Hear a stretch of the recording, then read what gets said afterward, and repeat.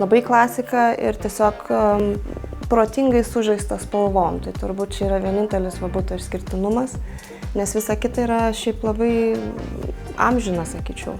Čia jau buvo mano vienintelis turbūt noras dizaineriam, kad būtų tamsios grindys ir kad būtent ševronas.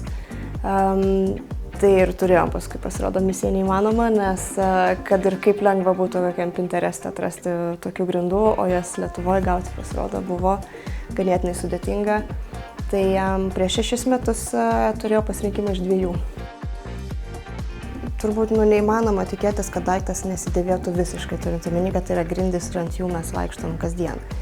Ir šitas butas tikrai matęs ir draugų, ir vakarėlių, ir visko. Tai aš sakyčiau, kad jos dėvisi absoliučiai idealiai.